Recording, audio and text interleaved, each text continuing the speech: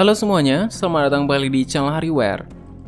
Sesuai dengan janji kita kemarin, kita akan membahas mengenai teori konspirasi kecelakaan udara yang kontroversial part 2. Terima kasih kepada Hariware Squad yang telah setia bersama kami hingga saat ini. Tanpa berlama-lama lagi, kita akan membahas mengenai misterinya sekarang.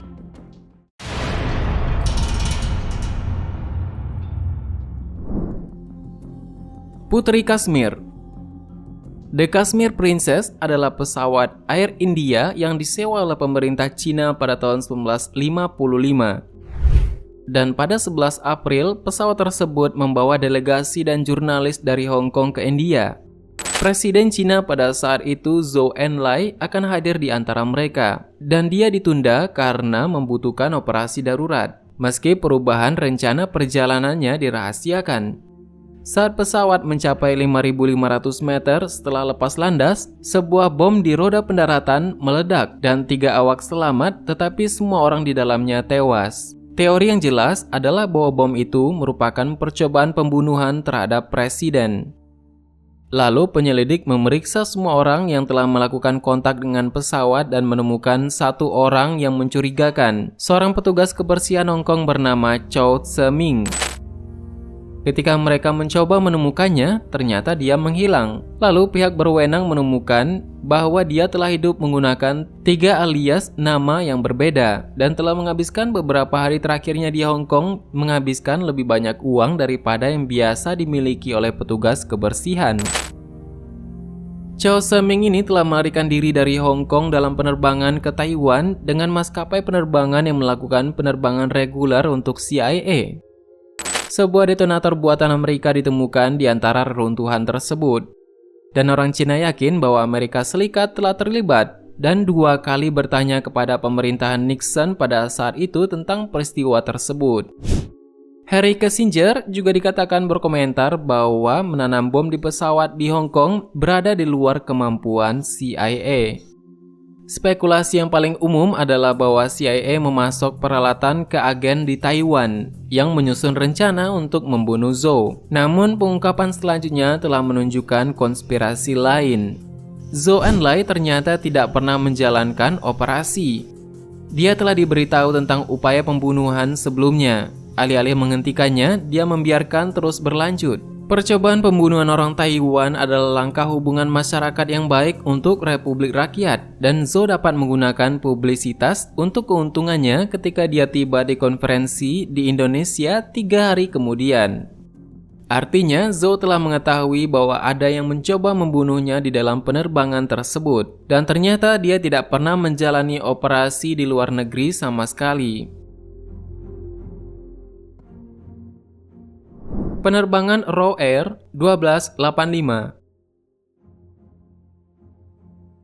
Bencana penerbangan terburuk yang pernah terjadi di Kanada pada 12 Desember 1985.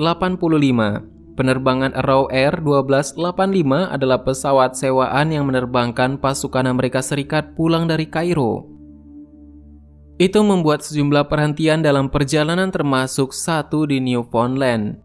Tidak lama setelah lepas landas, pada langkah terakhirnya ke Kentucky, pesawat terhenti dan jatuh ke tanah. Semua orang di dalamnya tewas, termasuk 8 awak dan 248 tentara Amerika Serikat. Dewan Keselamatan Penerbangan Kanada tidak dapat menentukan penyebab pasti kecelakaan tersebut. Laporan mereka menyarankan penyebab yang paling mungkin adalah penumpukan es yang berada di sayap. Meskipun 4 dari 9 anggota tim investigasi mengajukan pendapat bahwa ledakan yang tidak diketahui asalnya tersebut menyebabkan kegagalan sistem yang sangat dahsyat. Sebuah kelompok teroris Islam akhirnya dilaporkan telah mengaku bertanggung jawab atas penghancuran pesawat tersebut. Saksi mata di Kairo mengklaim telah melihat barang bawaan pasukan ditinggalkan begitu saja dan pesawat tersebut diangkut oleh personel militer non-Amerika Serikat.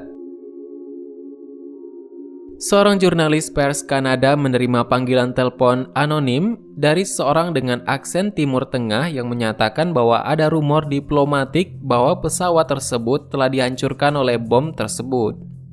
Orang yang bernama Les Philotas, salah satu penyelidik yang berbeda pendapat, menulis sebuah buku tentang kecelakaan pada tahun 1991. Philotas percaya bahwa begitu banyak kesalahan di dalam pesawat sehingga hanya ledakan yang terjadi. Dia percaya bahwa Amerika Serikat menunjukkan kurangnya rasa ingin tahu yang luar biasa mengingat skala bencana tersebut. Dia juga berpikir bahwa otoritas Amerika Serikat mungkin mengetahui hal-hal yang dirahasiakan dari tim investigasi. Terlepas dari begitu banyak pertanyaan yang belum terjawab, kecelakaan itu dibayangi oleh bencana pesawat ulang-alik Challenger yang terjadi sekitar 6 minggu kemudian. Artinya, bencana penerbangan terburuk yang pernah terjadi di Kanada itu terjadi pada 12 Desember 1945 dan menewaskan lebih dari 200 tentara Amerika Serikat.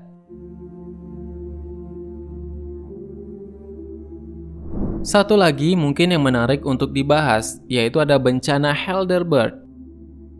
Bencana Helderbird terjadi pada 27 November 1987.